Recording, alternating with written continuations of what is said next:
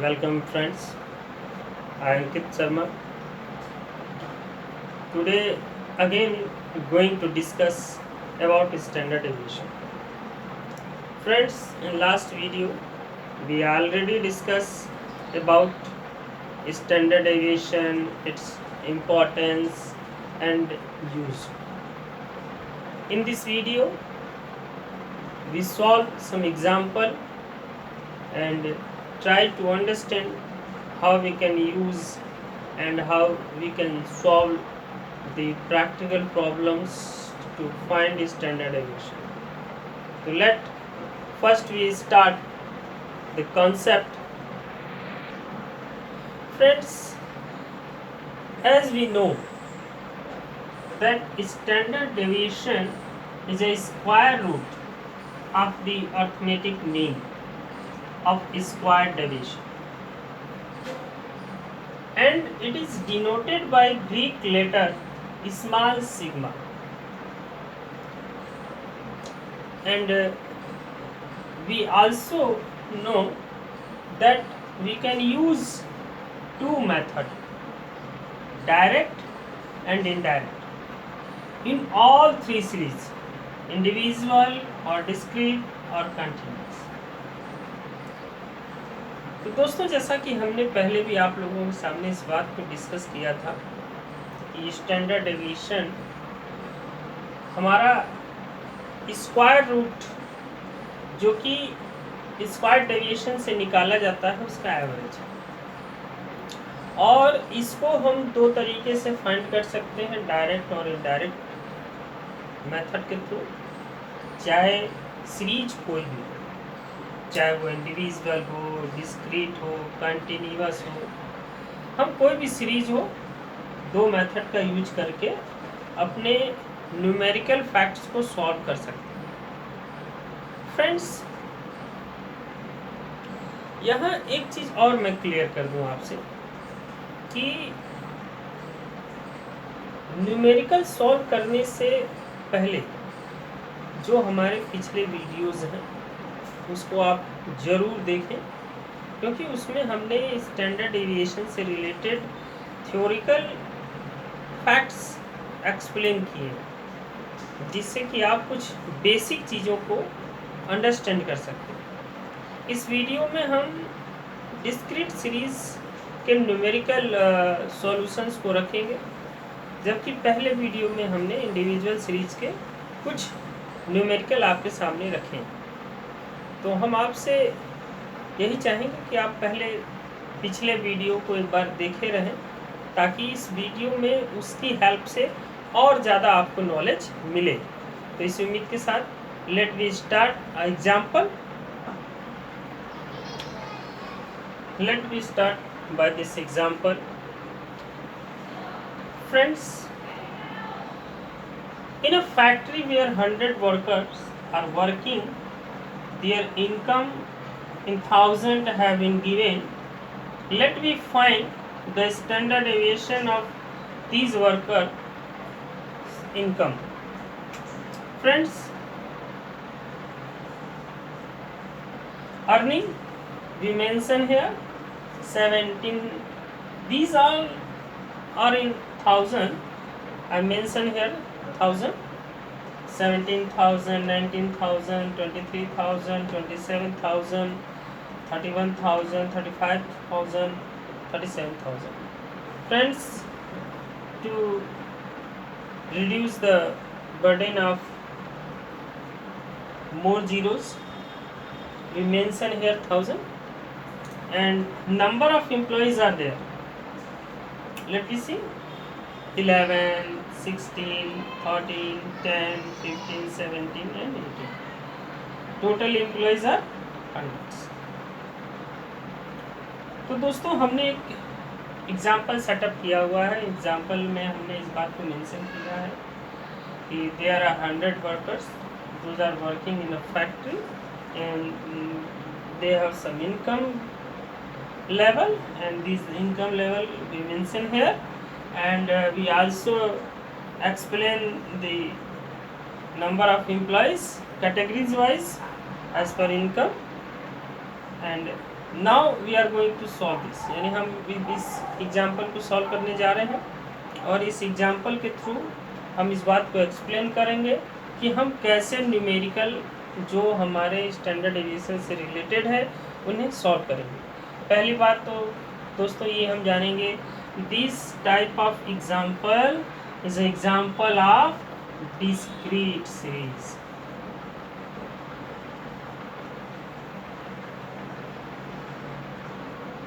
ऐसा क्यों बोल रहे हैं? क्योंकि हम इस बात को अच्छे से जानते हैं फ्रेंड्स कि हमारी सीरीज के अकॉर्डिंग ही हम सॉल्यूशंस को सॉल्व करते हैं। इसलिए हम आपको बता दें कि इस बात को ज़्यादा मतलब बहुत अच्छे से जानना ज़रूरी है कि हमारी कौन सी सीरीज है, क्योंकि हमारे फार्मूले उसी के हिसाब से यूज़ होते हैं। तो हमने एक एग्जांपल आपके सामने रख दिया है। Now we are going to solve इस। सबसे पहले हम क्या करेंगे, देखो हमारे पास दो मेथड हैं, डायरेक्ट और इनडायरेक्ट। डायरेक्ट मेथड हमारे लिए थोड़ा सा लेंदी है, टाइम टेकिंग वाला है। शॉर्टकट जिसे हम लोग इनडायरेक्ट मेथड करते हैं, ईजिली हम अपने न्यूमेरिकल सॉल्व कर सकते हैं। तो यहाँ पर हम इनडायरेक्ट मेथड के थ्रू ही सॉल्व करना चाहते हैं। एंड फॉर इनडायरेक्ट मेथड्स हम आपको एक बात बता दें। सबसे पहले फ्रेंड्स हम एक चीज़ को यहाँ बता दें कि we assume a value as assuming, जिसे कि हम ए से डिनोटेड करेंगे। और इसके बाद जैसे इसमें हमने 27 को एज्यूम वैल्यू के रूप में सेलेक्ट किया। अब हम इस एज्यूम मीन की हेल्प से फ्रेंड्स आपको हम बता दें कि डायरेक्ट मेथड में हम एक्चुअल मीन फाइंड करते हैं, जबकि इनडायरेक्ट मेथड में हम किसी वैल्यू को एज्यूम मीन के रूप में, यानी माना गया एवरेज आधार या माध्य स्वीकार करते हैं और उसके बेस पे हम अपने न्यूमेरिकल यानी स्टैंडर्ड डेविएशन को सॉल्व करते हैं। तो यहाँ पर हमने 27 को एज्यूम कर लिया है as a mean of the series. Okay, now let me find deviation, जिसको कि हम लोग यहाँ पे मेंशन करेंगे dx। Okay, deviation from x, this is x, ये हमारा x हो गया, ये हमारी फ्रीक्वेंसी है। तो x की हेल्प से हम डेविएशन फाइंड करने जा रहे हैं। तो इसके लिए फार्मूला आपके सामने क्या है, मैं आपके सामने फार्मूला बता दूं, x माइनस e की हेल्प से हम जो है इजीली डेविएशन फाइंड कर सकते हैं। तो 17 में से अगर हम 27 को लेस करेंगे तो फ्रेंड्स क्या फाइंड आउट होगा, -10। फिर 19 को अगर हम 19 में से सब्ट्रैक्ट करेंगे तो -8। 23 में से लेस करेंगे तो -6 एंड 27 में से 27 को सब्ट्रैक्ट करेंगे तो 0। लेकिन 31 में से अगर 27 जाएगा देन वी फाइंड 4। इसी तरीके से 35 में आएगा 8। ठीक है, यहाँ एक मिस्टेक है, यहाँ पे -4 बना। ओके, यहाँ +4, यहाँ +8 और लास्ट में +10। तो हमने डेविएशन फ्रॉम x, जो कि यहाँ आपके सामने मेंशन कर दिया। सबसे पहला स्टेप यही है कि हम डेविएशन फाइंड आउट करेंगे by the help of value which we assume. ठीक है, a की हेल्प से हमने इतना फाइंड कर लिया। अब हम फाइंड करेंगे f dx। f dx is what? It is production from f multiply by deviation x। यानी हम अपनी फ्रीक्वेंसी को जब मल्टीप्लाई करेंगे डेविएशन से तो हमारा f dx फाइंड होगा। तो लाइए हम इसको फाइंड करते हैं, ज़रा ध्यान दीजिएगा फ्रेंड्स। सबसे पहले हम ये देखेंगे कि हमारी फ्रीक्वेंसी कितनी है 11 और डेविएशंस क्या है -10। This is the first item and हमारा FDX क्या हो जाएगा -110। ठीक है। इसी तरीके से हम सबकी वैल्यू फाइंड आउट करेंगे तो कितना कितना आ जाएगा, ध्यान दीजिए -128 -52, ठीक है 0, और यहाँ कितना आ जाएगा 60, यहाँ कितना आ जाएगा, यहाँ पे कैलकुलेशंस करेंगे तो 136, यहाँ पे कितना आ जाएगा 180 प्लस में। अब इस चीज़ को हम ध्यान देंगे कि ये देखिए हमारे पास जो प्लस वाली वैल्यू है वो इसका टोटल कर लीजिए 6, और ये आपका कैलकुलेशंस करने पे आएगा 376, और यहाँ पे हम इसका टोटलिंग करेंगे माइनस वाले का तो ये आएगा -290। देखिए हमारे से कैलकुलेशंस करने पर यही आ रहा है। अब हम इसका टोटल फिर से एक बार देख लेते हैं 10, ठीक है। अब इसको हम लोग जब एडजस्ट करेंगे तो हमारा +80 +86 है, ठीक है, +376 में से 290 को लेस करने पर इतना ही वैल्यू आएगी। अब हमारी नेक्स्ट स्टेप है FDX square. Friends FDX square find करने के लिए हमको अपने FDX में DX का मल्टीप्लाई करना होगा। एक तरीका और भी है कि हम पहले D स्क्वायर कर लें और उसके बाद F से मल्टीप्लाई कर लें, लेकिन हम इस तरीके से निकालते हैं, वो प्रोसेस ज़्यादा इजी है, अच्छी है और सही है। तो आइए हम इसको फाइंड करते हैं। तो अगर हम देखिए हमारे पास एक ये वैल्यू है और एक ये वैल्यू है, तो इन दोनों का आपस में मल्टीप्लाई करेंगे तो आंसर आएगा 1100। देखो यहाँ पर माइनस और प्लस हम हटा दें, क्योंकि माइनस और माइनस मिलके प्लस हो जाएगा, तो साइन ऑटोमेटिक यहाँ से रिमूव हो जाएंगे। इसलिए FDX स्क्वायर करते समय इस बात को हम लोगों को अच्छे से ध्यान देना है। अब हम लोग बात करते हैं नेक्स्ट कैलकुलेशंस की। तो नेक्स्ट कैलकुलेशंस क्या है 1024, फिर 4 का मल्टीप्लाई 52 से करेंगे तो आएगा 208, नेक्स्ट वाले में 0, ठीक है। इसके बाद हम लोग का कैलकुलेशंस करेंगे तो आएगा 240,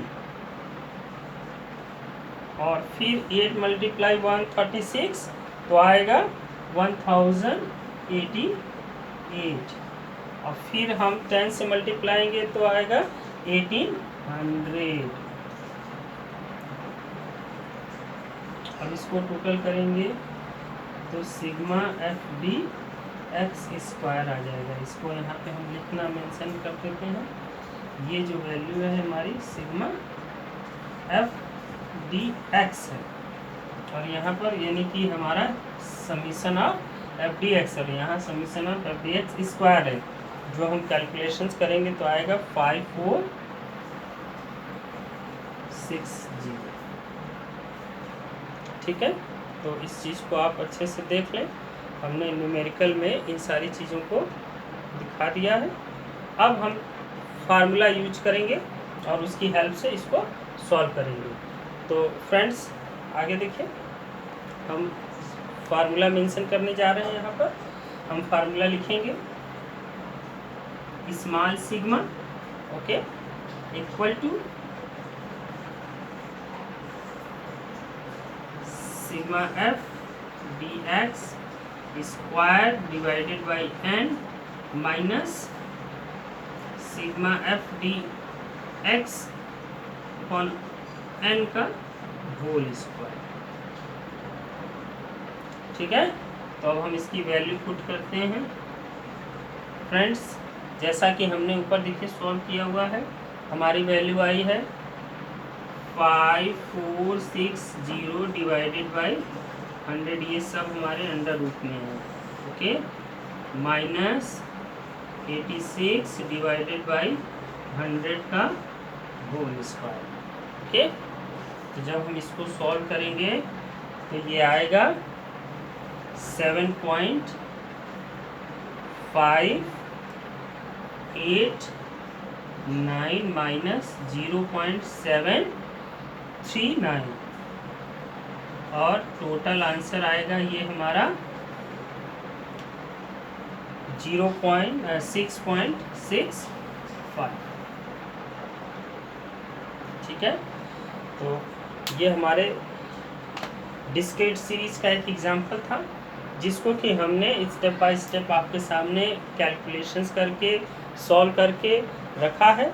और उम्मीद करते हैं कि इस वीडियो के थ्रू आप एक स्टैंडर्ड डेविएशंस के न्यूमेरिकल को सॉल्व करने की एबिलिटी बना सकेंगे और अपने कुछ बुक्स से एग्जाम्पल्स को, क्वेश्चंस को सॉल्व कीजिए और प्रैक्टिस कीजिए, क्योंकि चाहे मैथमेटिक्स हो या अकाउंटेंसी हो, इन दोनों में हमारी प्रैक्टिस सबसे इम्पोर्टेंट फैक्ट है, जिसको कि हम इग्नोर ना करें। इस न्यूमेरिकल की स्टडी के बाद इस वीडियो को आप बार बार देखें, इसकी हेल्प लें और इसके साथ ही आप कुछ क्वेश्चंस को सॉल्व करने की कोशिश करें और हमें अपने वीडियोस के कमेंट्स के थ्रू भी इस बात को लिख सकते हैं कि आपको कहाँ दिक्कत हो रही है, आपको कहाँ कुछ प्रॉब्लम्स हो रही हैं, ताकि हम उनकी हेल्प से भी आपके माइंड के, आपकी रिक्वायरमेंट के अनुसार भी कुछ वीडियोस के थ्रू आपकी हेल्प कर सकें।